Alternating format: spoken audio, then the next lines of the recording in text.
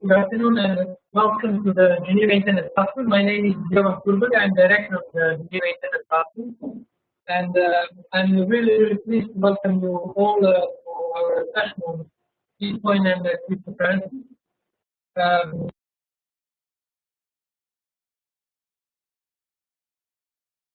Our remote participants, they don't need mobile. With regards to remote participants somewhere in the world. We have today a great panel which will have one of the rare occasions where one can learn a lot from about a completely new issue. I spent almost 4 weeks at the World Forum, the meeting on the World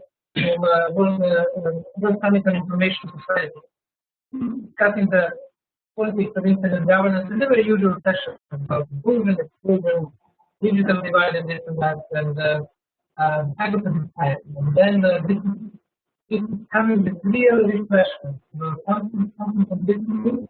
I know vaguely from a few articles in the papers that we're hoping to have here with us extremely competent panel, and I will introduce from the left hand side Mathieu Buffenoir, Alexis, they are from the Bitcoin Association, and this program will tell us what it is all about. I just asked them before the session when I was buying my first 10 cents in Bitcoin. But if it is illegal, they confirm that it's not illegal. That's what is the first thing. And I asked them what it is about. They started explaining, and they said, "Okay, if you are good in explaining." We can call it easier through explanation for the complete newcomers, and this is what we have been doing for months. You have real experts on explaining what it is all about. On the right hand side, we are really fortunate to have with us Chiara on Gulten. Is it correct pronunciation? My presentation was about gluten because these days we are trying to change our diet at our home, and that's great to have you, Chiara. You're coming from a foundation which name is a think tank called Zing Group. Zing Group, if I'm correct, this is what they are trying, but you can explain us, give us more details. You're trying to provide some sort of thinking out of the box for businesses, NGOs, and other communities. And Bitcoin is a part of that portfolio. And we have with us William Taborda from UNCTAD, who's bringing a really unique perspective of development aspects of the Bitcoin. Now, I thought it was just novelty, innovation, and excitement of a few guys, but then what William has been trying to do is to connect it to development activities. That's what I would like to do, but go slow, huh? Oh yeah, but it's okay. It should go slow, actually. Okay. You have to give us the advice how to push it from outside, and absolutely. We have a bit after the big spend of the diplomatic negotiations. We have some expertise.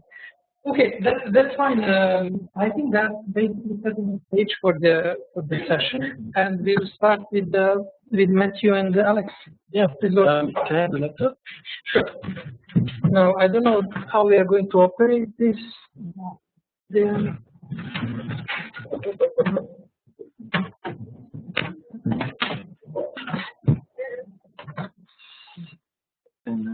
I will go and watch the presentation from the audience if you like. We can be moving. I'm not sure to know.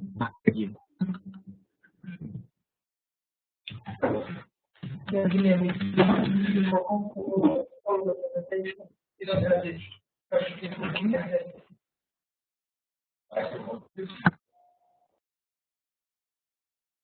Awesome.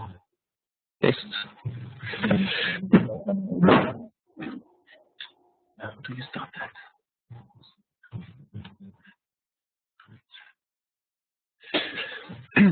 So hi everybody, I'm here with Alexis, and we're going to try to explain you what the Bitcoin protocol is. So let's discover Bitcoin together and the other cryptocurrencies. So Bitcoin, like I just said, is a protocol and we've heard about many protocols around us in the internet. But what is new about Bitcoin? Bitcoin is the first protocol that helps to set up a network to transfer value and not only information. We're used to internet to transfer information, but as everybody knows, information can be copied and sent as many times as we want. But with Bitcoins, now information can be unique and it can get values. So the funny thing is, I'm telling you about the protocol, but you all heard that Bitcoin is a money. It's simply because the unit transferred over the Bitcoin network has been called a Bitcoin by lack of inspiration, I would say. But there are many other cryptocurrencies and they all have a different name. So you might want to ask, who owns the Bitcoin network? So the answer is simple, it's no one. Because the Bitcoin protocol is an open source project, so a lot of people all around the world work on it. It's a bit like internet. It has the same foundation of open source and university people and hackers interested into it. And also, it's simply one layer on top of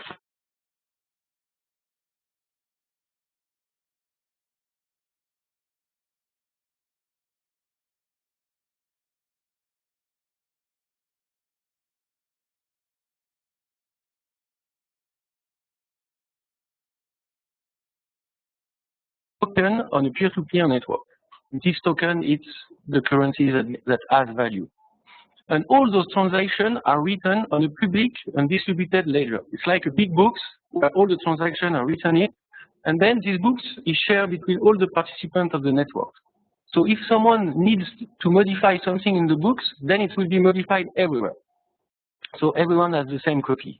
This is the important part in Bitcoin. And this big book is called the blockchain. So that's something you might have heard a lot when you speak about Bitcoin. So, to access the network, you use the wallet software. And the wallet software, it's like your wallet in current life, but it's a digital wallet. And in this wallet, you have two keys. One key is your public address. It's a bit like your IBAN account number, you know. If you give it to someone, they can send you money, and that's fine. Most of the time, you're happy if someone sends you money. And you also have another key, which works with this one. It's the private key. And this private key is a bit like your credential to access your bank account on that. And with this, you can access your fund and transfer the property of Bitcoin to someone else.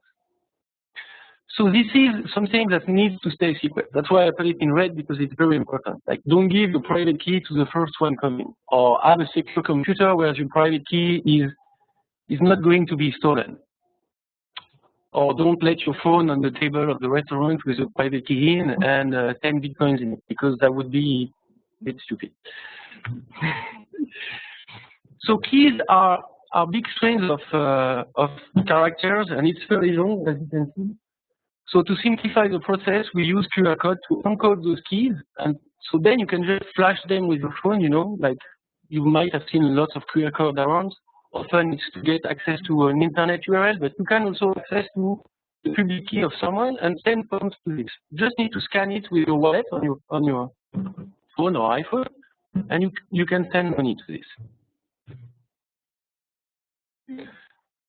So you might want to ask, okay, but who creates the Bitcoin? So on this big network, where everybody has the book with the transactions, some people participate in a different way than the other. They verify the transaction. They verify that when someone says, I'm sending money to Alexis, he really has the money in his account. So those people, for doing this verification work, they get a reward. And this reward is made in Bitcoin. So there will be, in 2140, 21 million Bitcoins that will be created.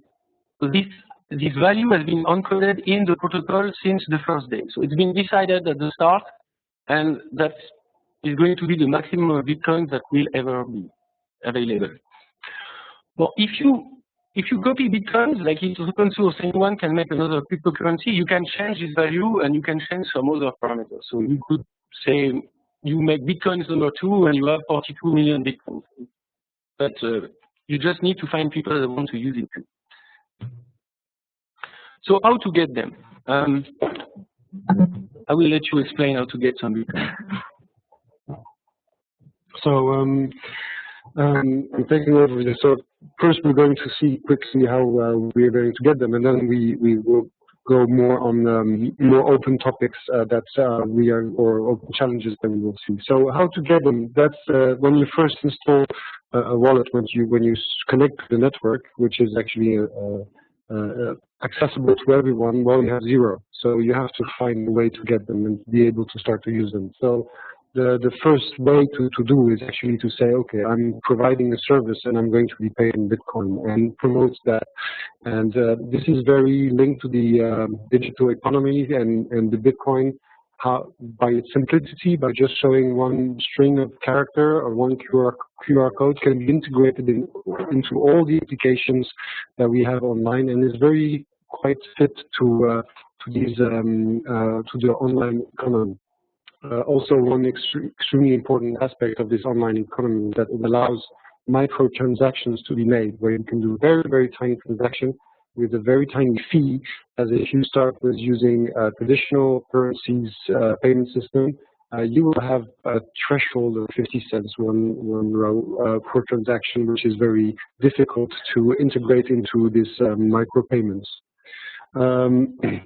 So selling one is one way, and then trying to find and to buy them from someone who wants to sell them. So there are exchange platforms, there are broker platforms.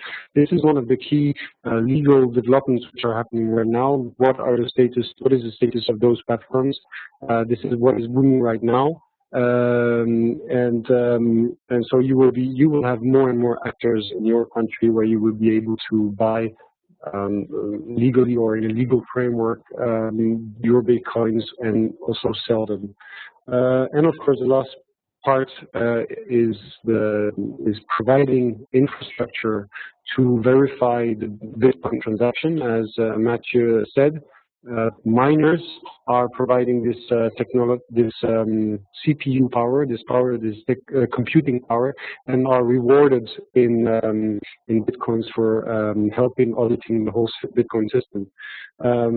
It's a very tricky business. It's very special in terms of how much power you need to put there, and with your own simple computer, you cannot achieve something which brings enough money right now anymore. So it's a very specific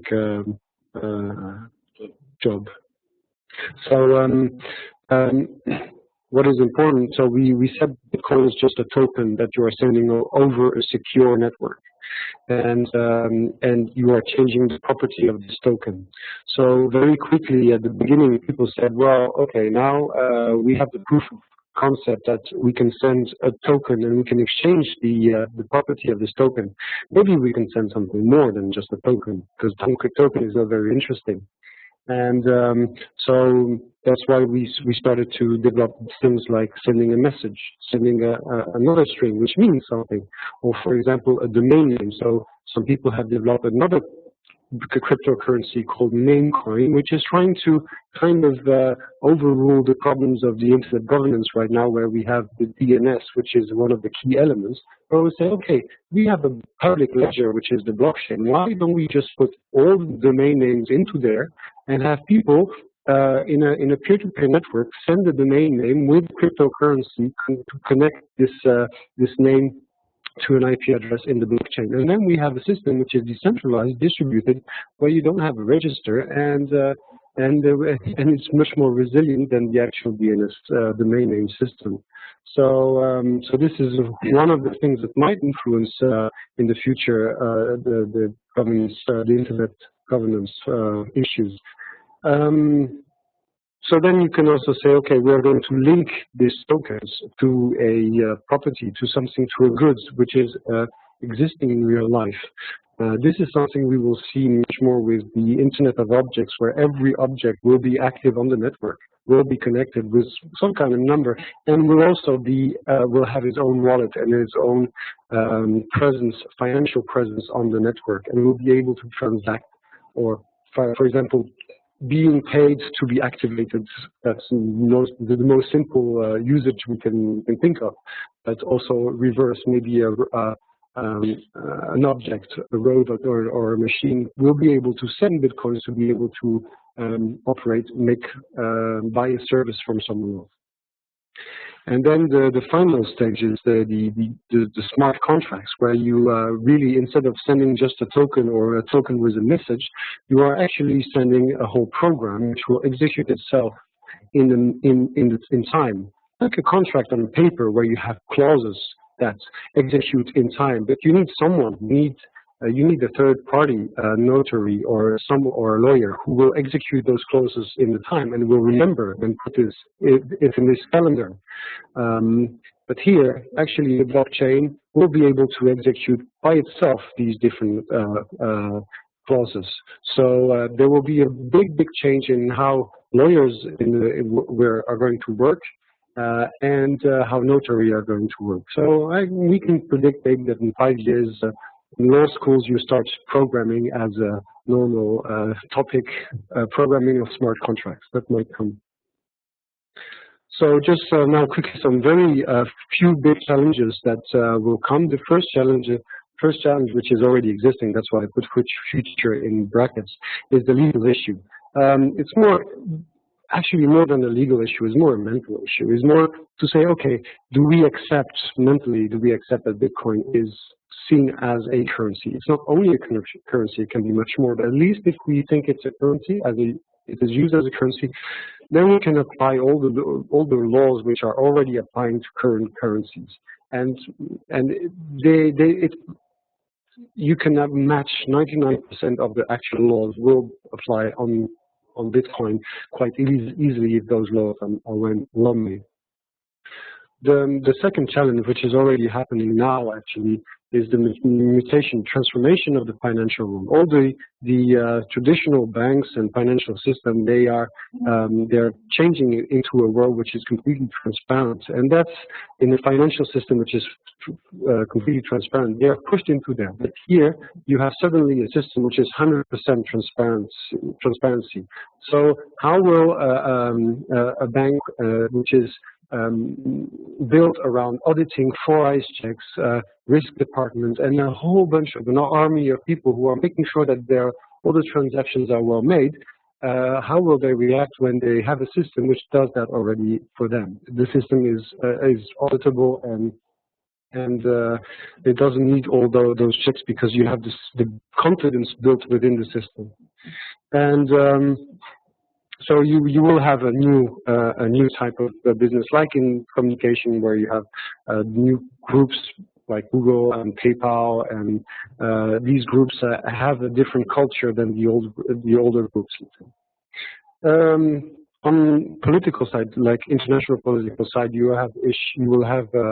we'll go into a world which is completely borderless. Okay, we already have this for information. It already brings problem, and we see what countries try to do to avoid these information that flow through. But again, here you will have the same thing on the financial level, which is going to bring much problem. But at the same time, transparency itself will bring much opportunity, and in terms of even corruption, fighting against corruption will be much more easier, or it will be more difficult to have systems in place that corrupt the system in place with a system where transactions are all transparent in the system. So, and that's the last thing, but that's more social in the next step of the society. Let's say that's how I see it personally. Is that once you build a fully 100% transparent society, then you actually you have to rebuild privacy on top of that. That's going to be the challenge of the digital identity that we were going to go through. It's a human right actually issue that will come. So there's big implication from my point of view of this kind of things. We're moving from a society which was information society to now to an exchange, to a digital exchange in society, which is the layer after. Thank you. Yeah.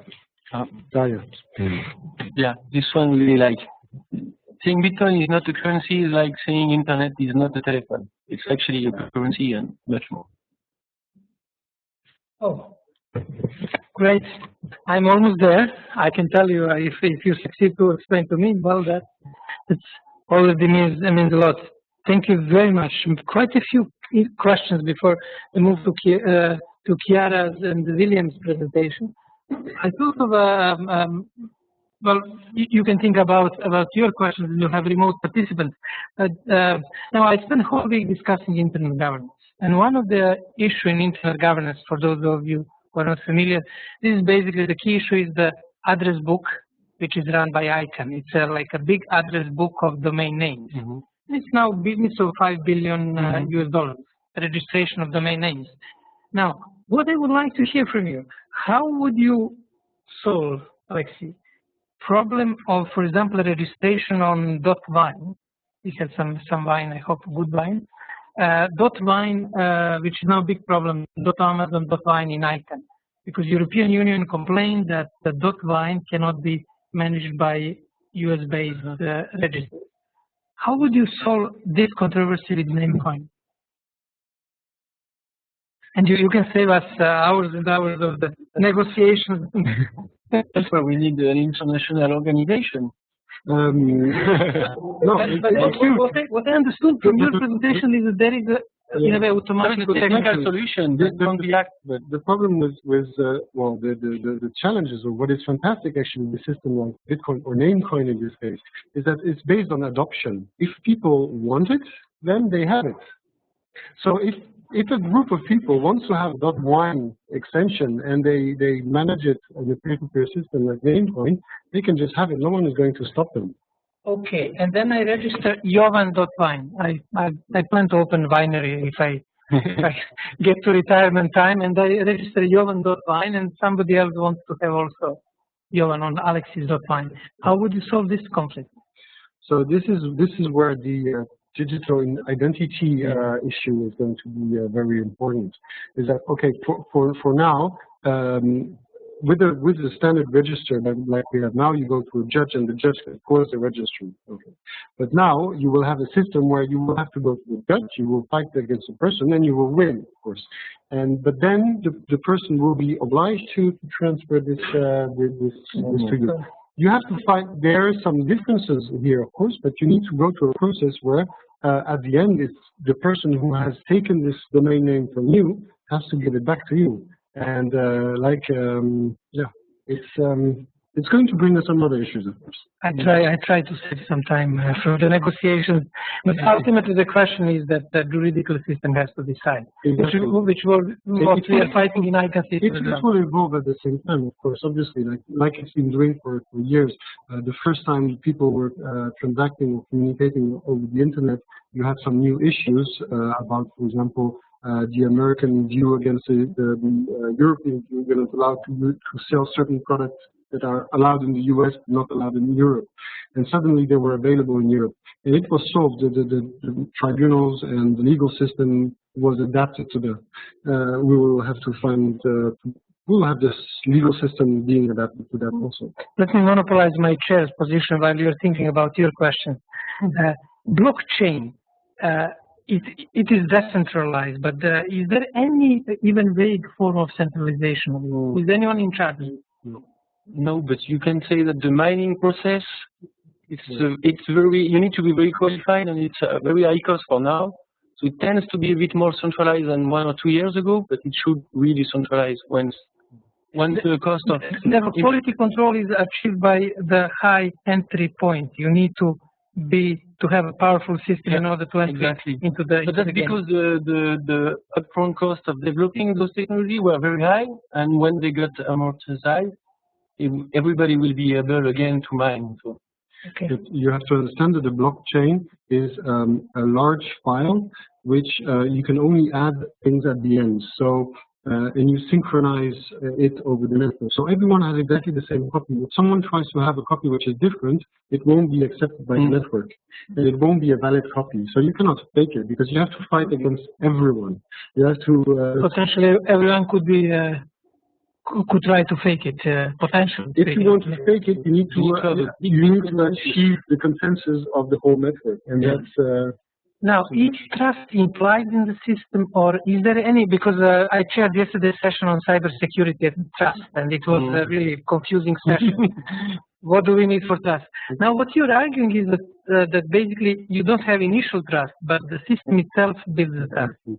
So, from going from the physical world to the digital world, in the physical world we have built trust by appointing some intermediates, which are third person, okay?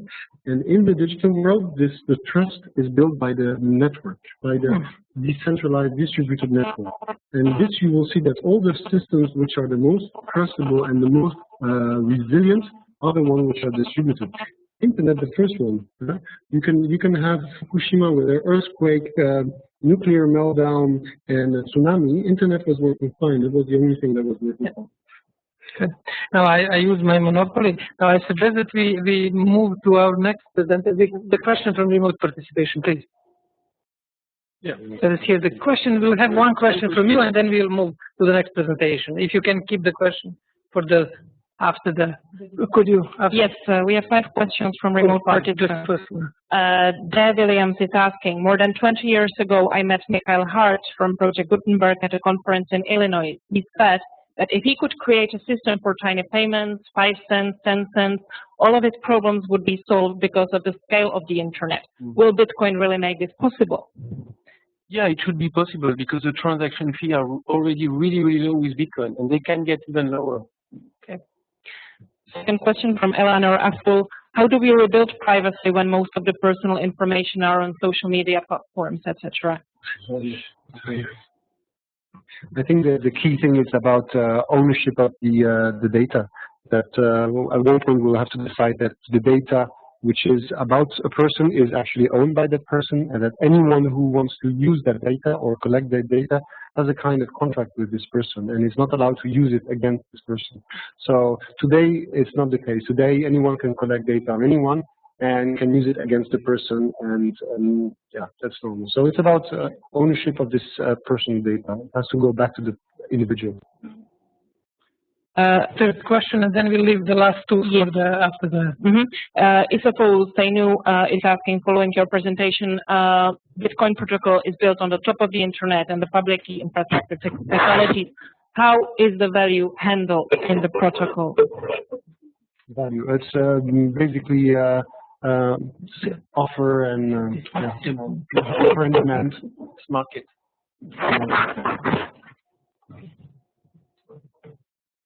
And we have one, just not to ignore the audience, we have one question.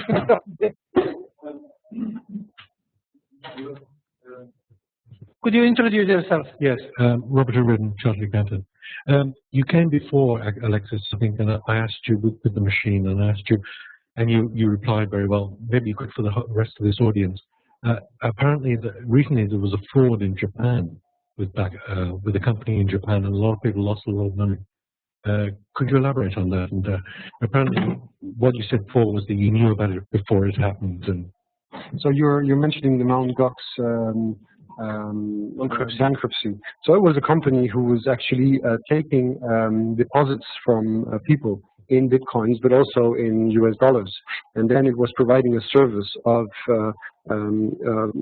it was a trading platform actually. So people were you can match offer and demand, but this service was kind of disconnected of the Bitcoin network. And then what happened is that those people, well, they were not very trustworthy. They were the first one to come in the game. They didn't have to apply auditing and all the traditional financial standards, and so they lost it at one point. Maybe they did something wrong. The procedures right now will maybe tell us a bit more. But basically, they lost the money. They made and they were not able to have a correspondence between the deposits of the people and what the bitcoins they really had. the lesson that we learned about this is two things. One is that we need some serious actors in the Bitcoin world, and the second is that the Bitcoin protocol was never affected by this. That means there were never a Bitcoin that disappeared with this. It's just that it went to someone, and we don't know exactly where it went, but it was spent, and it was not managed well. Thank you. We'll continue with the two questions from the remote participants and the rest of the person from the audience. Chiara, please. Thank you. Well, hi everyone. My name is Chiara. I work for ZN Group. We are a commercial think tank, and we seek to promote societal advance through better finance and technology.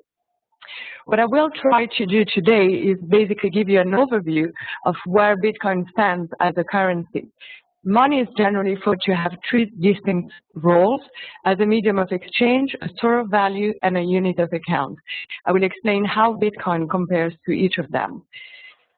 Finally, I'll also mention other applications for blockchain technology and cryptocurrencies, which I think is a field that deserves more attention.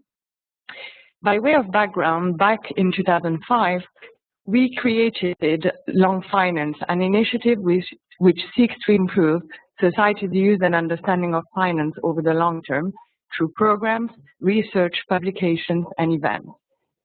The Eternal Coin, which is one of Long Finance programs, explores in greater depth the nature of money and the concept of value over the long term. We first came across Bitcoins in 2011 when we were researching multilateral reciprocal trade using alternative currencies. This led to the publication of Capacity, Trade and Credit, Emerging Architectures for Commerce and Money, which is the publication you see in the bottom right. During that research project, we noted that Bitcoin was a digital currency that could be used across community to pay for real goods and services when accepted as payment. Today, there are nearly 13 million Bitcoins in circulation. By design, there is a limited supply, as was explained before, of 21 million, and it is estimated that we'll reach that limit by 2140. Bitcoin, as Alexis and Mathieu explained, is issued as a reward for payment processing work, called mining. The other way to acquire Bitcoin is actually either as a result of this mining process or by buying Bitcoins on exchanges where you exchange them for real-world currencies or fiat currencies. Bitcoin market capitalization is about $8 billion, though it's been fluctuating as Bitcoin price has fluctuated. One of the questions that has been raised over and over is actually how many people own Bitcoin and presumably use them. There have been some wild speculations on the subject, some suggesting that actually fewer than 50 people own significant amount of Bitcoin, others saying that there are as many users as unique public key addresses. I'd say the most reliable work I could find was the work of John Ratcliffe. He basically took the total number of blocks of transactions as of 10 January, so about 280,000 blocks, that comprised over 30 million transactions, so made with Bitcoin since its inception. Those transactions came from 25.5 million unique public key addresses. Now, he went further than that. He was like, okay, so if we have 25.5 unique public key addresses, what's their Bitcoin balance? He found that nearly 23 million had a zero Bitcoin balance, leaving 2.5 unique public key addresses with a positive Bitcoin balance. Now, he noted that actually only 1,443 people had only 1,443 addresses had a balance between 1,000 and over 100,000 Bitcoins. This number rises to about 100,000 addresses if you take into account keys that have a balance between 1 and 1,000 Bitcoin. Now, remember that actually one person or one user can have multiple public key addresses. You can have as many wallets as you want to some extent. And that suggests that actually the actual number of users is lower than what I'm showing here. Now, about the price of Bitcoin. When we look at the price evolution in dollars, we can see that it's been rather volatile, especially in the past 9 months. Basically, last year, we went from a price of about $13 in January to over $1,200 by the end of the year. Since earlier this year, the Bitcoin price has been going slightly down, and down to $400 in April and about $600 today. Looking at daily volatility, which is here in red, and the moving averages on a monthly basis in blue, shows us that Bitcoin has a fairly elevated price volatility at times, though the market seems to have stabilized between November 2011 and November 2012, and there are signs of early stabilization, early signs of stabilization since, I'd say, January of this year. The volatility, however, has implications for Bitcoin's potential as a currency. I said at the beginning, money is thought to have 3 distinct roles: as a medium of exchange, as a store of value, and as a unit of account. Bitcoin as a medium of exchange seems fairly attractive. It has lower transaction costs because the technology eliminates the need for a central clearinghouse or other financial institution to act as a third party to financial transactions.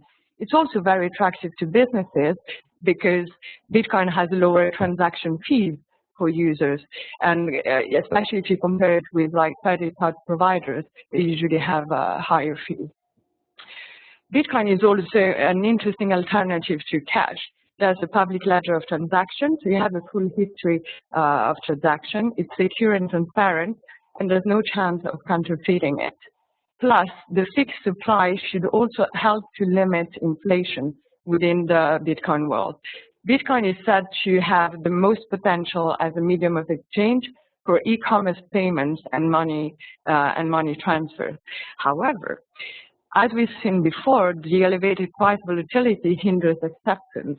Businesses are unwilling to take the risk for that price volatility. Plus, there is a lack at the moment of consumer and user protection. As I said, for most people like you and me, if we want to have Bitcoins, we need to buy them on exchanges. Given the recent hacking attacks, there's actually, unless you have some deposit or investment protection, you have actually no chance of retrieving stolen or lost funds. And actually what the sir behind was mentioning, one of the big Bitcoin exchange, Mongo, collapsed earlier this year. And they have, however, open claims for users to at least file an application in the hope of retrieving their funds. Bitcoin as a store of value, in theory, it could be an interesting store of value. After all, it's being modeled after gold, and Bitcoin and gold share interesting attributes. Both neither pays an interest, both have a limited supply, and both are more difficult to trace than most financial assets, except cash. Like gold, Bitcoin also shows a negative correlation with more risk-sensitive assets. Some indeed have argued that Bitcoin price appreciation in the second half of last year, when it went really up to over $1,000, has been more about Bitcoin as a store of value or investment than as a medium of exchange. However, gold has gained a reputation as a unique and safe store of value over millennia. Can Bitcoin achieve the same given security issues and allegations of affiliation with black market and other illegal trade activities? This will probably take some time. Also, Bitcoin elevated price volatility compromises its role as a store of value by adding uncertainty around the long-term value of Bitcoin. The current price volatility, especially if you look at last year, is probably a function of the speculative nature of the market, which produces rather unstable returns amidst poor liquidity, as investors were attracted or are perhaps still attracted by the extreme returns that Bitcoin presents. A lot of effort, however, are being devoted to promote Bitcoin more as a medium of exchange. So how does Bitcoin compare with other types of currencies? Well, as we've seen with gold, gold has been an adequate unit of account and a medium of exchange recognized across borders for millennia. And it remains today a store of value for many. If we take fiat currencies, which are basically tokens issued by governments that allow people to extinguish tax debt, fiat currencies tend to be a good medium of exchange within a tax zone, a country, for example, or a region, if you take the Eurozone, a variable unit of account, and they leak sometimes value. If we take specifically the US dollar example, dollars have been a good unit of account, an enormous medium of exchange still today, though a fairly poor store of value. So what about Bitcoin? Well, Bitcoin so far has been a fairly poor unit of account due to its unstable price. But again, Bitcoin is recent. It only has like 4 or 5 years of history, so we need to see.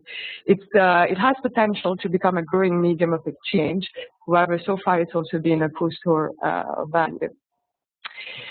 Now, let's look beyond Bitcoin for a second. So like my colleagues have highlighted before, Bitcoin is not the only cryptocurrency.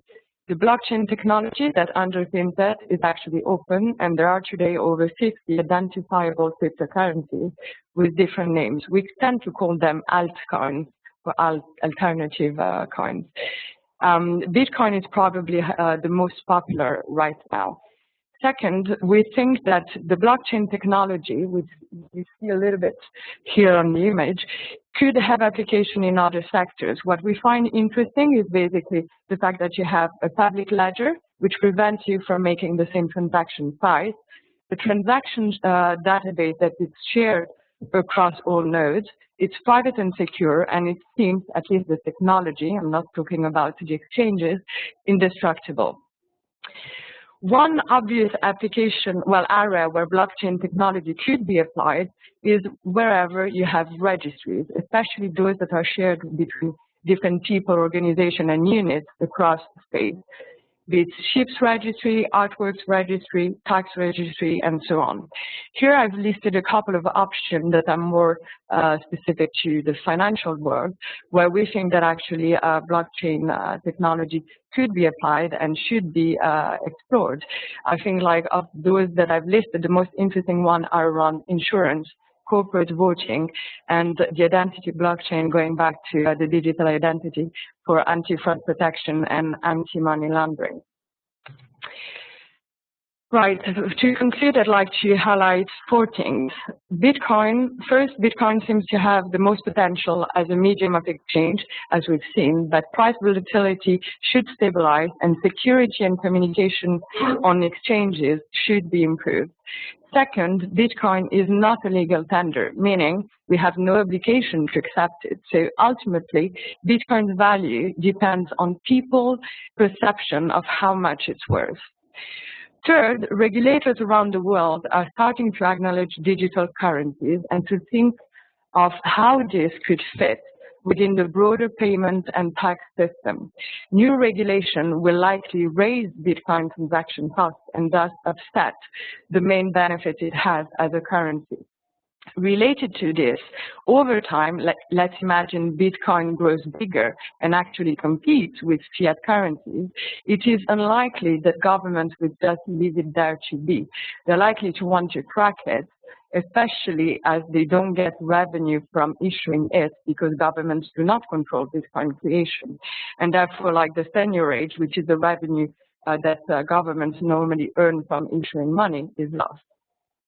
Finally, as I've said, blockchain technology is certainly innovative, and we think it could be applied to other sectors and areas, something that we will look into in the near future with long finance. Thank you very much. Thank you. Yeah, so the presentation I will take on William, and then we will move to the Q&A session. We can move the computer. Oh, yeah, we can change pages. Okay. Yeah, I think that's probably easier.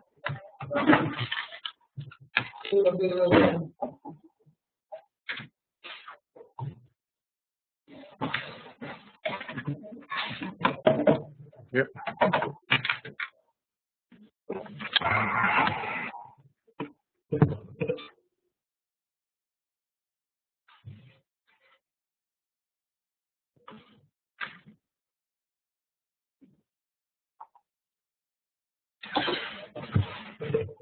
Good afternoon. So I'm here to ask this question. So I asked this question myself. Cryptocurrencies as development enablers. And I say cryptocurrencies because I don't want to talk about this Bitcoin. And what I want to do here is like make this a bit conversational. Maybe I'm gonna take advantage that I'm the last one. And I want to ask you to ask yourself this question: like, can we use Bitcoin technology, cryptocurrencies, the blockchain, all what we were talking about? Can we use it for good? So I have my answer for myself. So I want you to find your answer. So my answer is yes, definitely. But no yet. It's not ready. That's what I think. Okay, so I'm gonna try to explain why I think. So first, we have the issues. I'm gonna start talking about the issues because when I engage conversation with people about Bitcoin and they don't know well, they want to learn, they always ask questions. Yes, but the volatility, the price, it's not secure. People go hack, empty gox in Japan. People are scared. People, they're afraid of this new technology, and it's logic. Historically, we've been afraid of new technology. So let's go. I mean, let's talk a bit about it. So my friends here, they talk about volatility already. Big issue, of course, if we're going to use it for remittance or money transaction, it should be stable. So we use it. Security. So security is a big issue. We know people is getting hacked, but let's say that there are two sides of security. There is the technical security, and in this sense, Bitcoin is way better than any other technology we know to make these kind of transactions. The problem with security is that people is not educated about it, and they get hacked because they don't know how to protect their data. In general, any kind of data, not only the Bitcoins, but people get hacked and the personal pictures go public, etc. So we need to educate people about it. Lack of legal framework, another big issue. But I mean, I think things are advancing, and it's really a big issue because this is what scares, let's say, the big businesses or banks or to get involved, because they say we don't know the rules of the game, so we won't play. Not enough information. Well, that is changing. Obviously, we're here for that. Inaccurate information. There's a lot of inaccurate information about Bitcoin out there. People who don't understand Bitcoin, they want to write about it, they want to take an analysis, and it's okay. We all want to start talking about what we know, but Bitcoin is a complex, really complex thing, and it's new. So we have to be careful where we get, what are our sources of information. Lack of infrastructure. And here I'm talking about internet access, for example. If we want to use Bitcoin as a development tool, we need to actually bring it to the people who really need it. So we need, for this, we have to talk about topics like broadband penetration, mobile internet, etc. And finally, enemies to make peace with. And we all know that we all for sure read articles about how bad Bitcoin is, how only drug dealers use it. There's a lot of hate. Bitcoin in general, cryptocurrency get a lot of hate, and it's okay. It's completely normal. And to illustrate that, I actually want to talk about the Metallica versus Napster case. I don't know if you remember the year 2000. Napster was created. Napster was created by a 19-year-old kid who decided that it would be very cool to share information on the internet, peer-to-peer. So he created a program that will allow us to download something and share music. And well, he thought it was cool. But the point is that some companies, including Metallica, they said, "Oh, but you're stealing from us." They were kind of right, but they went with a lot of power against it legally. And what happened is that even Metallica fans, they saw it like, but we are not doing it because we want to steal from you. It's because it's easier, because now it's cool to have an MP3 player. So they actually start burning their Metallica albums on national television. So it was not very smart for Metallica to do that. It created an opposite reaction. And where are they now? They are selling their music online through iTunes, etc. So what they did is they had to adapt to understand that this is a technology that was here to stay, and they had to play now by this rule. And this is a good analogy to think with Bitcoin. Bitcoin can be bad if we let it be bad, but it can be very good, potentially be very good if we use it properly. So instead of just attacking and trying to kill it, that's not. I don't think it's possible. So let's use it for good. Let's adapt our business models. Let's adapt the way we think about money, about transactions, about communication in general. And yeah, we have to shift. We have to evolve. Right? Like the music and film industry did, and now they give us all the content online. Okay, now solutions. We talk about the issues, but there are solutions. There are solutions that are on their way. And one thing, for example, for volatility financial instruments. And I know my friends here have been working in some financial instruments and other companies around the world to allow, let's say, like how do you call it, like an index. Exactly, like the index, you fix prices in each 3 hours, so that allows that you can get in and out on the same price in a window of 2-3 hours.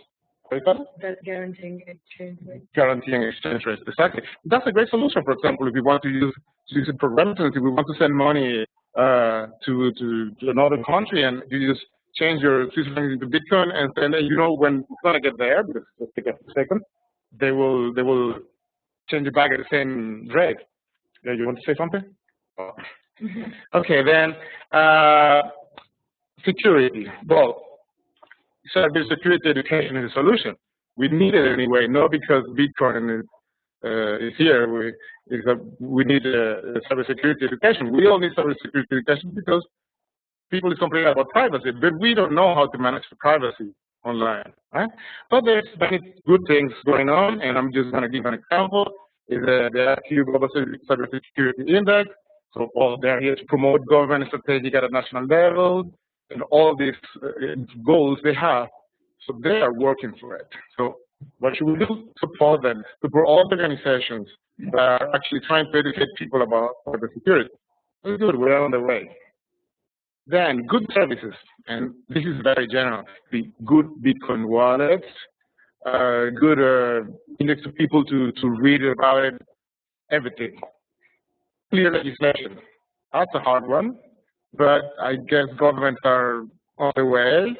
We have seen some examples like in the US, the IRS declared Bitcoin or taxed Bitcoin as a property. So well, that's an experiment. Let's see how that goes. All the governments have gone different ways. But actually, I want to take advantage of this moment to actually to reach legislators. If there's one watching, or there's one here, or diplomats, people talking that work with international organizations. Like we have to achieve this together because we have to merge all the different knowledge from policymakers, IT staff, economists, all together to understand this complex problem and reach this legislation. Insurance, that's like people always compare credit cards with Bitcoin. So it's, well, yeah, if my credit card gets stolen, well, and somebody uses it, the bank, you know, is going to give me the money back. Say, oh yeah, I tell them first. That's because it's really easy to steal all the data of your credit card because you always send all the data when you pay. And well, indeed, I think Bitcoin needs this kind of solutions as well. Let's say that a financial institution that backs Bitcoin, and if they hold a Bitcoin account, if they lose their money, at least the government can be responsible for it. Yeah, I know there's in France there's this one a Bitcoin exchange, how they want to become like a wallet in a bank, and they did an association with one of the banks in Leipzig. And now well, it's on the web. Normally, the French government will give insurance on your account until up to 100,000 euros, I think. So little by little. Consumer protection, we talked about it. The scrolls, for example.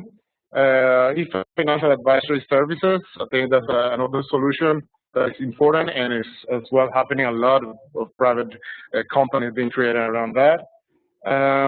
Infrastructure, and again, that's the internet access for for people who really need it in developing countries.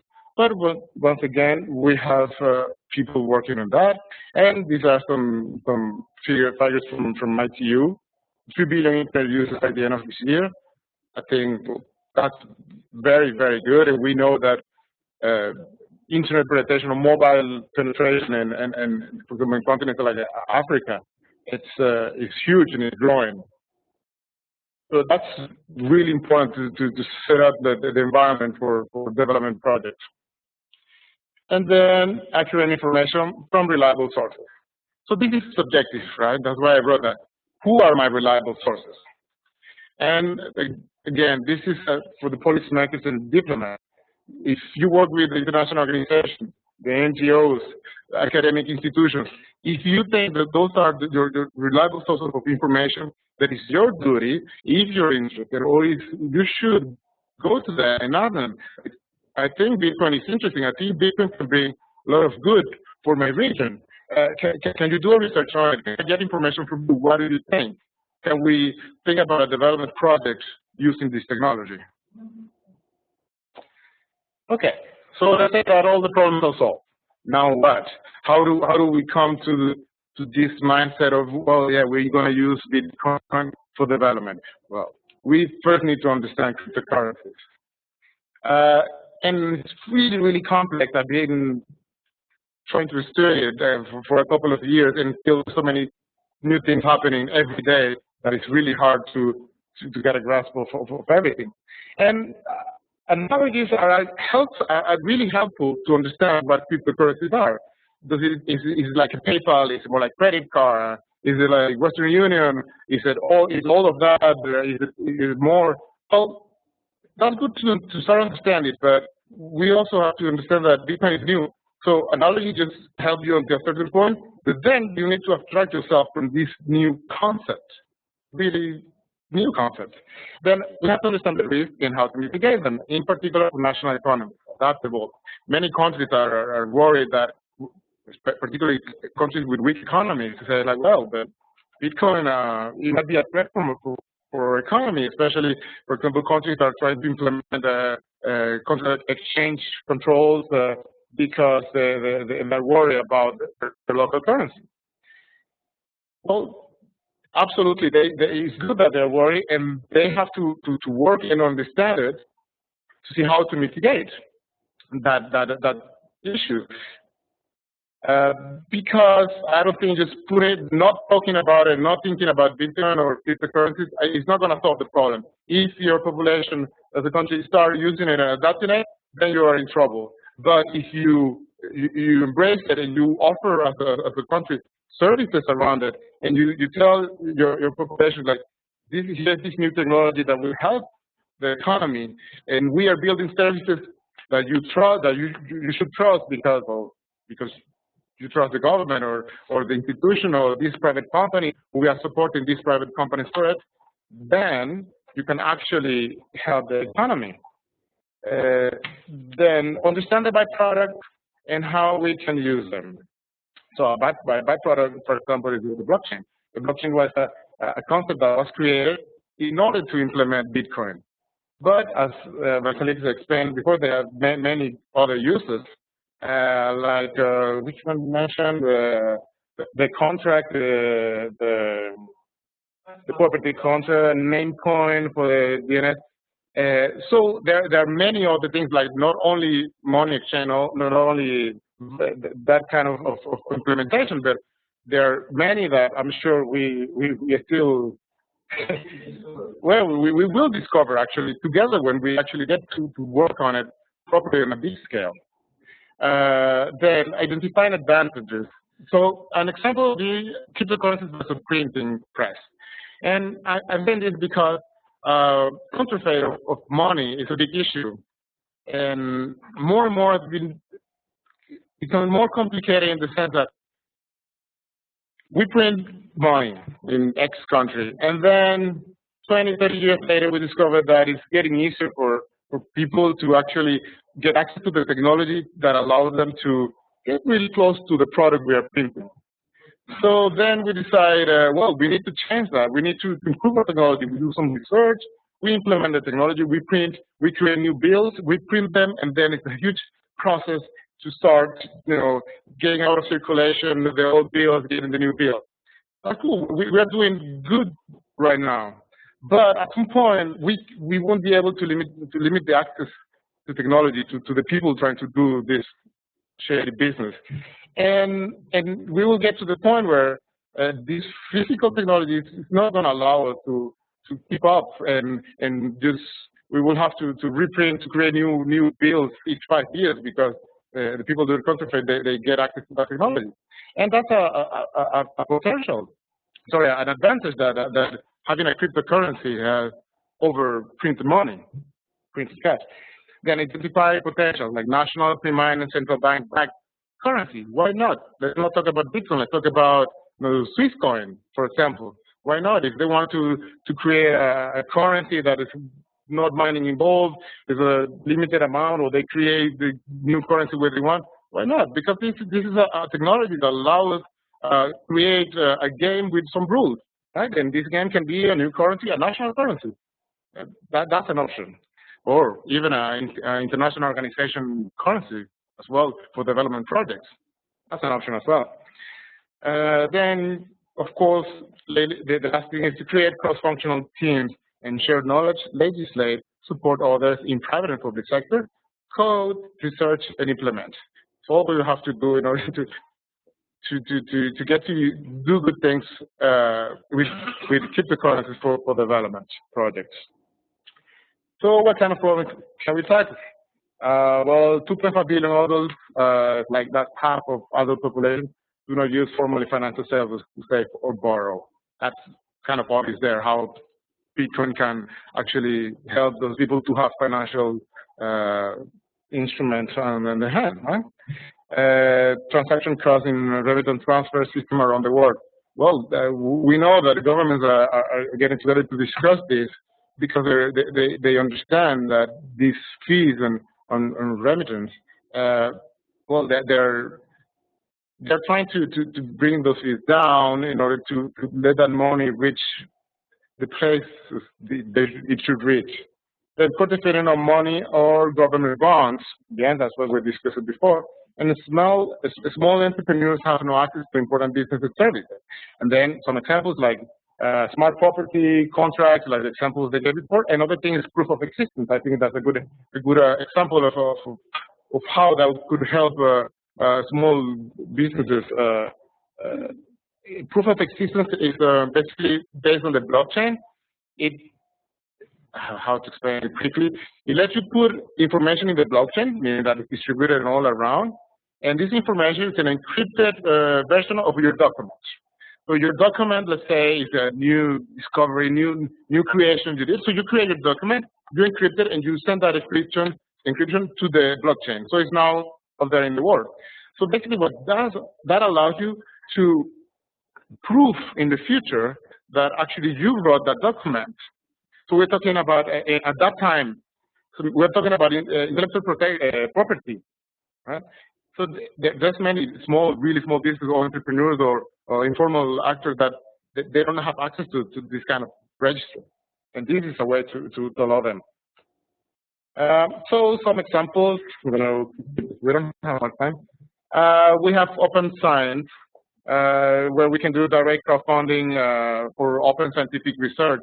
So we're talking here about scientists who want to share the research, to have public information, but there's always the issue of the lack of financing. And here we're talking about, this is happening already. People who's donating to Bitcoin to projects they believe in, research for new medicine, for any kind of scientific research. Then we have the automated open source bounty for apps, where basically, and one example is a project in Kenya where there are some startups creating games to educate people about corruption, about how to be a good citizen in a fun way for kids. And of course, they have to develop all these projects, and a lot of software development is costly. Well, basically what they're doing sometimes is creating a bounty in a particular, let's say, they need somebody to implement a solution, like a coding, and they just publish it. People send the code, and that they can pay directly. Yes. Okay. Okay. Then, well, remittance, we talk about trade facilitation, for example, some payment ledger for custom automated systems. We can talk about that during the question. Then second national currency, why not? We know here in Switzerland we have the Vira, I think it's pronounced, which is the second national currency they created in the 1930s because, well, during the recession, that's an instrument they created to help the country. And, well, a good example will be create a second national currency for other countries. A virtual one is way cheaper. And then we have electronic voting that we can do over the blockchain as well. Yep. So quickly, cryptocurrencies have to stay. So my main message will be just educate, and that's what we're doing here. I really want to thank the Buffenoir for that because this is the most important thing.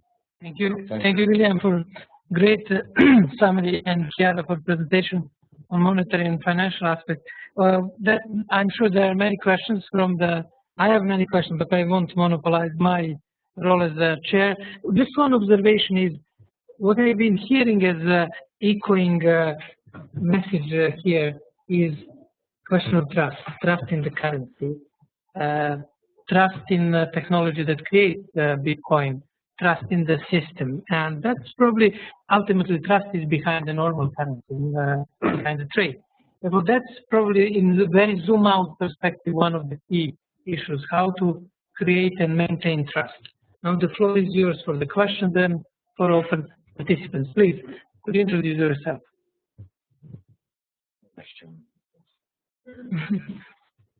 Hi, I'm Nick D'Agostino. I'm at the actually IGF Secretariat.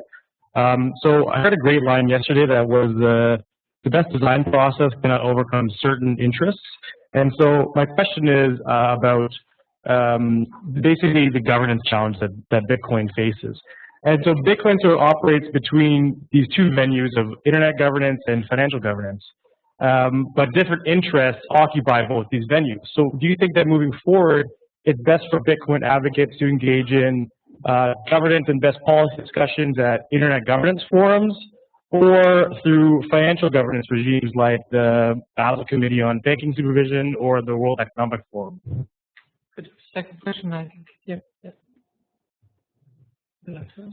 I actually have a series of two questions. One is just type to him, and the first two are for Alexis and Mathieu, or anyone else can answer. It's about the identity of the user using Bitcoin or cryptocurrency. So we have the unique personal key, which is a number, which is inside a wallet. Now, if someone was to take my phone with my key in it, they become the proprietor of that wallet, and then they can do transactions they wish. So in essence, the transparency factor, I'm just wondering, at what level is the person who has created the wallet and has used UNCTAD able to actually say, this is my money and my transaction, and not what the wallet contains? And secondly, is there a way to make a blockchain private? As in, is it possible to create an open source project where there is a membership entry, a encrypted entry, so that there is one blockchain that is not open source to everyone, but is only open source to a certain community of people, therefore creating a currency which is within a currency to wait for the And my last question ties in with him is that there's a huge issue that I think we've all addressed slightly, but not directly, and it's really the fact that any cryptocurrency will create direct competition with a national currency, of which most of our governance structure and power is based on. If I have a cryptocurrency worth $10 billion, the United States of America is not going to be too happy that I'm going to start trading in their country with that currency because they technically are not allowed to tax it. So I think there's something that needs to be evolved in further than governments, and it's to actually address the fact that this is a competitive, potentially groundbreaking commercial and economic factor. So those two questions and potentially anything you guys think. Wait, we have one more question and then two more. Or shall we answer this? Okay. I'll give some element of response here. First, about where we were to discuss about these issues, I think it's everywhere because it will challenge everyone. I don't think the financial industry or even the countries will be able to stop it, in the sense that the market where Bitcoin type of technology is at best, micropayments, is something that is in big need right now, and you have all the people who don't have a bank account in the world that are active economically but are not active enough to have a bank account, but active enough to have a cell phone, are using a lot of ways of exchanging electronically. They're finding ways to do this. So in Africa, we have this M-Pesa, which is extremely strong, which is, in terms of usage, very much advanced in what we have here. It's phone-to-phone money transfer. And we are discovering this in Europe with Bitcoins, but it's been ongoing for several years already in these areas. So there's a competitive advantage of cryptocurrency against what I would call, what are fiat currencies, but actually they're also virtual currency. It's another aspect we have to see is that the currency like dollars, euros, and Swiss francs are 99% completely virtual. They're already computerized. They're already digitalized. They're in databases of banks. But they have one big failure. They're just a line of code there, and they can be duplicated. And you can just create money by saying, okay, I'm adding in your bank account 1,000.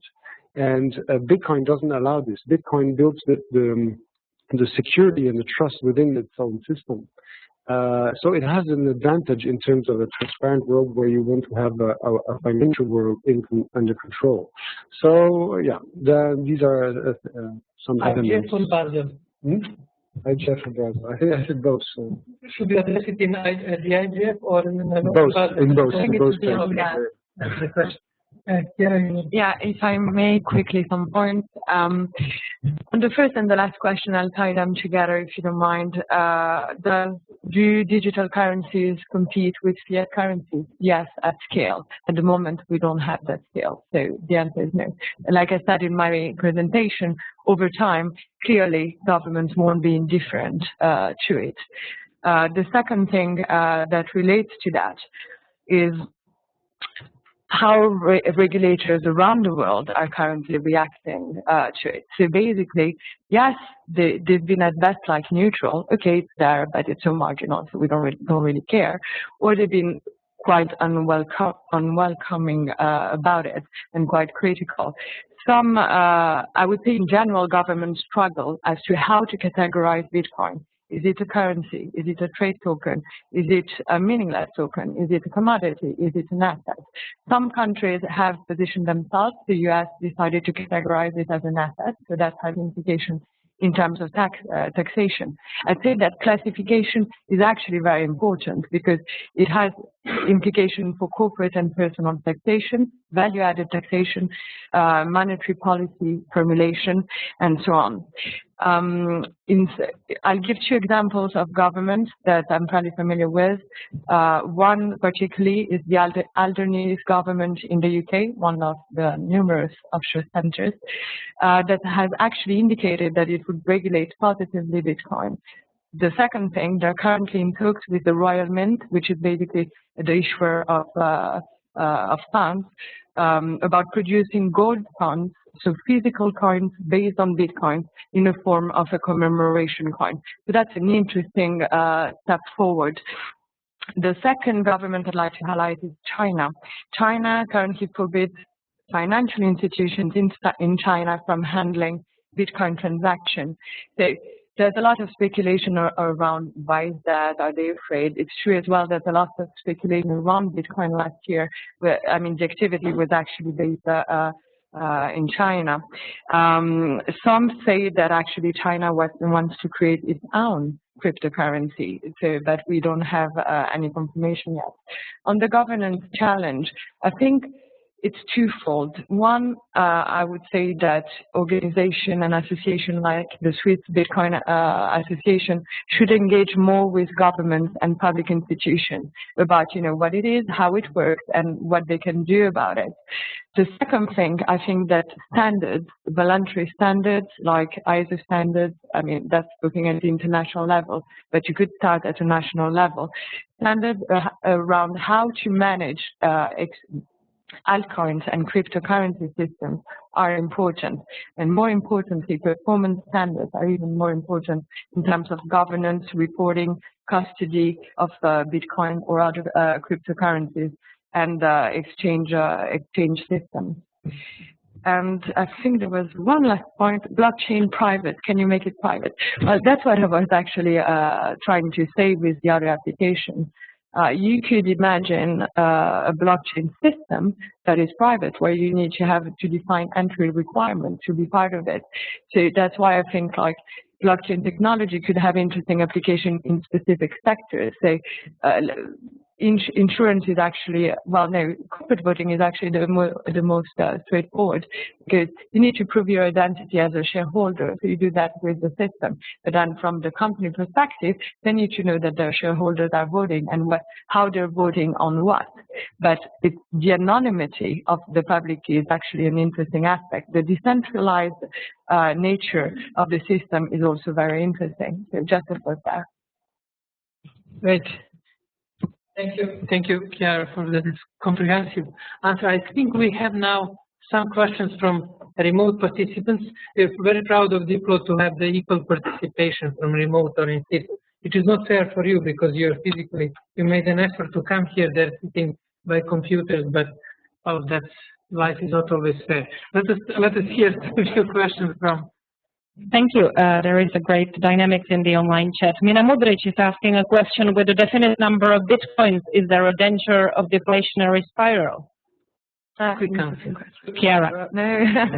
Well, there are rumors that yes, actually, that's exactly what might happen. But that would only be the case once we've reached the limited supply, and that depends also on the liquidity of the market. And I would like to add that it doesn't have an influence about the technology, because you have other cryptocurrencies which are built as inflationary systems, where every year you have a 5% extra emission that is made within the money. So it depends on the model you choose. Bitcoin is fixed amount, and you have some other currencies where you have a 5% increase every year. Next question from remote, then we'll move back to the audience. Okay, so there is another question from Mina Modric. Excuse me. Will quantum computers obsolete bitcoins with all other cryptography? No, it might be possible to crack the way we use Bitcoin now with quantum computers, but then we can adapt all the algorithm to be quantum resistant almost instantly. We just need the whole consensus. So. Okay, now we are getting back to the room. I think there was your hand was the first, I would say, probably from the Trinidad and Tobago. Yeah, and then we'll move down there. Hi, good afternoon. Kevin Swift from Trinidad and Tobago. And I would just like to thank all the presenters for that wonderful presentation on Bitcoin. This is the second time I'm having a profound discussion on Bitcoin that went past 5 minutes, so I'm very grateful for all the different perspectives I've put forward. My question, however, it's centered on the development potential, and probably will be best directed to Mr. Taborda. Yes. Right. So for me, the development potential and development context, when we're looking at sustainable ways of development, of achieving development, right? And in particular for developing countries that have limited resources, they have difficulties accessing the latest technology, they have even resource challenges in terms of electricity and the like. The environment for it may not be appropriate. Do you happen to know, are there any examples you can point towards that show some level of readiness among developing countries or any developing country towards accepting Bitcoin as part of a wider solution to actual problem they're facing? Yes. Well, yes. I mean, not the government per se, but we have seen a lot of private companies being created. And one example is in Kenya, where, because of course they have this experience with M-Pesa, they are precisely creating kind of or replicating M-Pesa using Bitcoin. And the idea is that it won't, first it's decentralized, and then it facilitates the exchange not only inside Kenya but all around the world. I think that's the best example. I don't know if you have any other in mind? No, that's it. There are no proxies that exist that you send Bitcoin to phone numbers, and it's automatically transferred in M-Pesa. So it's transparent, and you can send it from anywhere in the world. Kenya is often quoted as a place where these things are happening now. Then I think we have a question, and then we will move to. Yes, hello. Thank you all for being here today. My name is David French, and I'm the founder of Oceans, which is an association which has the goal of creating a global currency for the environment to empower people to value nature in an equitable way. My question to the panel is, out of all of these cryptocurrencies that exist today, and I understand there are close to 100, if not more, which differentiators excite you about any of these currencies? For example, the question: what is your favorite cryptocurrency?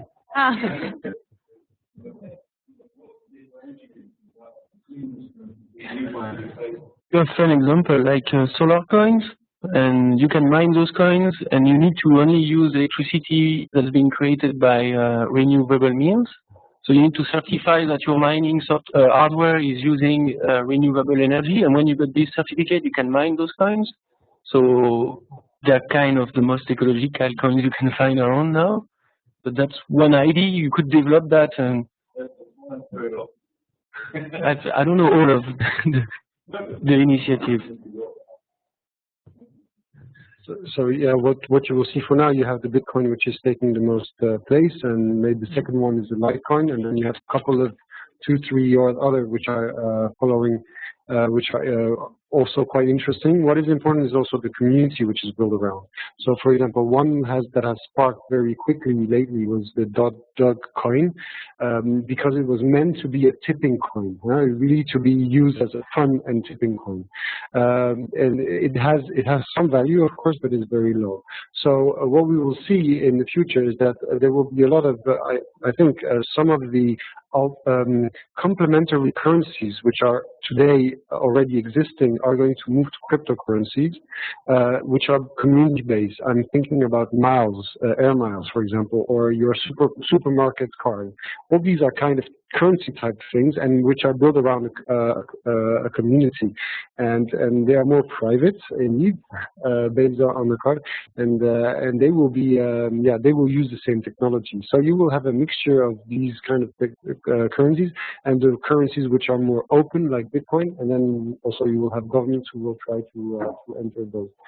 Who will win in this battle? I think it will be a mixture. It will be a mixture because each coin has its interest, and the investments are different. I think Bitcoin now will keep its place for some time because people have set up so much investment in there, and so it will stay on. I think we have 2 questions now on this side from the Petros Nicholas, and then this is our Diplos community from our course on internet governance. Diplomats based in Geneva, Petros from Lithuania. Thanks, Roxana, Moderator Institute. So we talked about reliable infrastructure as a prerequisite. So I was wondering, how important is net neutrality for the operation of cryptocurrencies, and what can be done to ensure it? Thank you. It is important, of course, because you have to see that Bitcoin protocol. Well, it's like HTTP protocol or TCP. Well, it's a layer of in there. So you need to have a neutral infrastructure there. Maybe it will be when governments will realize that their digital economy will depend on a valid cryptocurrency system that works well. Maybe they will reconsider digital net neutrality in another way. But it will be a development element that is important. If you don't do that, then what will happen is that it will, like always in the internet world, in the digital world, if you block things, if you block the communication at one point, it will just try to find another path, and it will go through another mean, which will usually is less controllable. So Bitcoin works through Tor networks and through other types of networks. So there will be always a solution if there is too tight controls on it. We have 2 more questions. Hi, my name is Peter Polinsky. I work at the mission of Latvia here in Geneva. My question concerns personal data. What kind of personal data do you have to give up to make the Bitcoin account? Can it be done with the identity? Or? To create a wallet, you don't need to give any information. You just need to get a software, and it will create the wallet for you. The second part of my question. If you have an account in a bank, you make money transfers. These transfers can be traced, and at some point, the information can be used by law enforcement or bad guys. Can something like this can be done with the transactions among Bitcoin users? If you know number of public key, the person who holds this. Yeah, that's why I think it's not so good for money laundering or anything like that, because when you identify what address belongs to who, then you can trust all the transaction he did from the first point where he gets those Bitcoin and where did he spend them. So I would be even more strong is that Bitcoin is by design transparent. So it's more complicated to trace financial transfers in dollars, for example, because you have to be an authority and you have to be a judge and to go to each institution and to trace the whole thing. A simple citizen cannot do it, but you can look at my Bitcoin account if you know the number, and you can trace everything in and out of my Bitcoin account. Yes. Yeah, but by design, you don't know that Bitcoin account number that way belongs to you. I'll give you an example which is very simple in terms of donations. You have association NGOs who are putting us Bitcoin accounts to accept donation. You can monitor this account to see if the money has come, how much they have, and where do they use it. So as soon as the person makes the link itself with the account, then there is you lose this anonymity. The question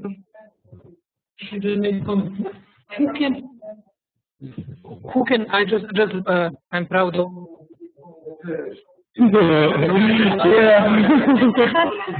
Not a private key.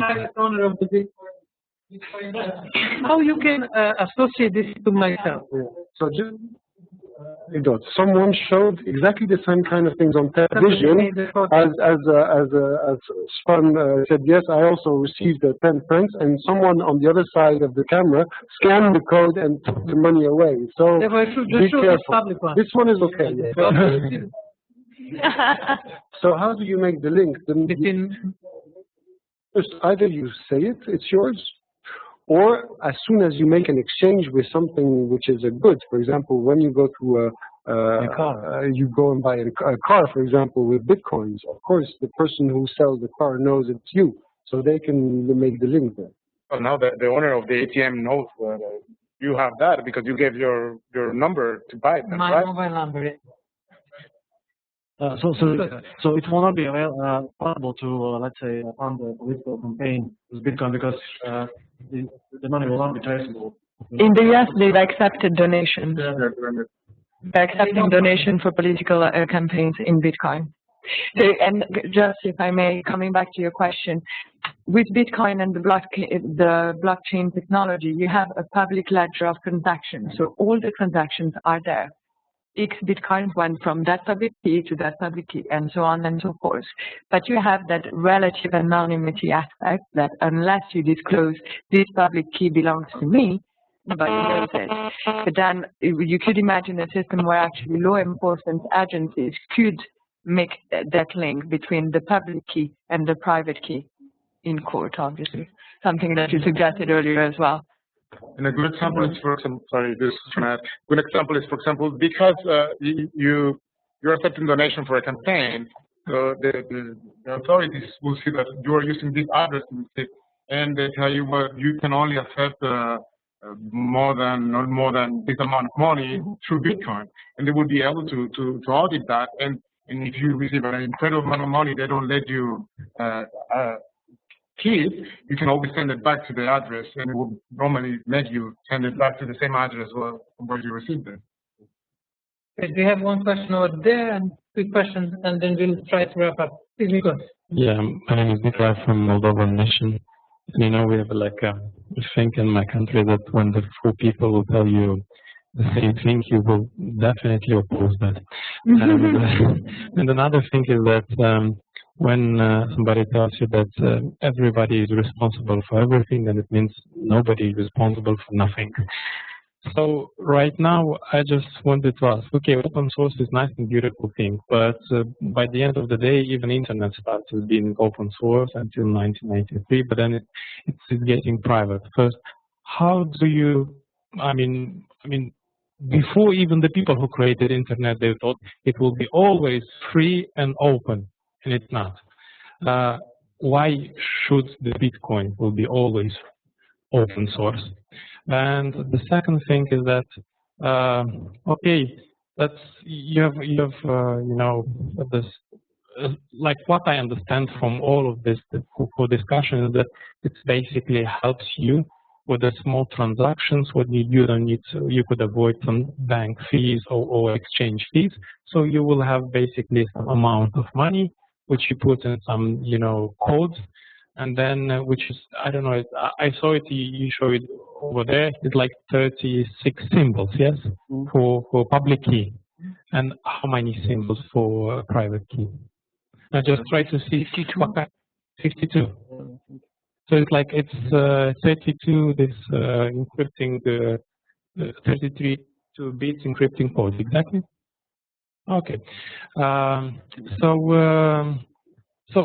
it's like how just try to understand. It's good for the small transaction. You could avoid some fees from the bank. You could avoid some exchange rate. But who does believe in that? I don't know. I mean, could you? Why it's not a kind of eBay, for example? Why you don't exchange, you know, not money, but I don't know, materials in data in the internet? Why it's money? Because in the internet there are a lot of things that you could have changed on some things. I mean, he wants to buy 5 songs. I want to sell a movie. So why do we need money in between? Why it's not a Bitcoin? Why it's not a Bitcoin? I don't know. Because we don't have barter bay. Sorry. We don't have barter bay yet. But it's also because we do multilateral trade. So barter is bilateral by nature. It's very difficult to organize it, and the money is just a way to organize trade, basically. No, but the money is the last thing which fits to the open source. Because open source is by definition something against money or against the exchange. The open source is the technology, it's not the currency. Then you can use the technology, meaning the blockchain technology, to develop a cryptocurrency. But you can use it for something else, develop a voting system. A voting system is not a currency. In a way, there is a point what Nicholas mentioned. There are uses beyond the financial one to exchange different, to exchange favors or exchange. But the technology is the same. Yeah. I mean, the basic technology, then you can adapt it to your needs. That's what's open. So why didn't you start with that? Why we start with the money? I thought it was open technology. We started with exchange of music and Napster and all of these things, and then it got a bit bumpy, and then we moved to the money.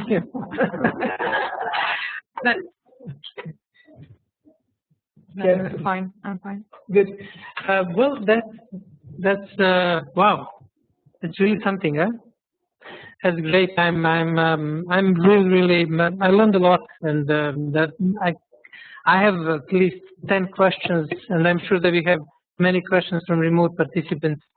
And what we decided to do is basically at the Geneva Internet Platform, we started with this ATM machine at the opening session of Geneva Internet Platform. And we realized there were many people around Alex and Mathieu, and then we said, okay, why we don't organize this session? And I think the next step will be to have a one-day seminar covering Bitcoin from different perspectives, which we should probably do in the autumn.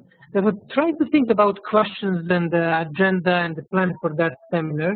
Let's say we start at 10 o'clock having something till lunch, and then continue after lunch till 5 o'clock. Send us a question that you didn't dare to ask, or what was that famous movie with the question that you wanted to ask? But well, I'm Woody Allen. That's it. That's one. Good.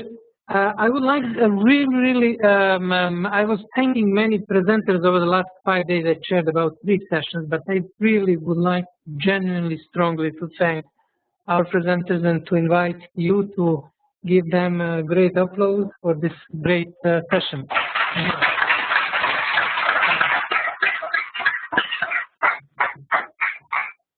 Thank you once more to our remote participants as well. Bye. Thank you. Excellent.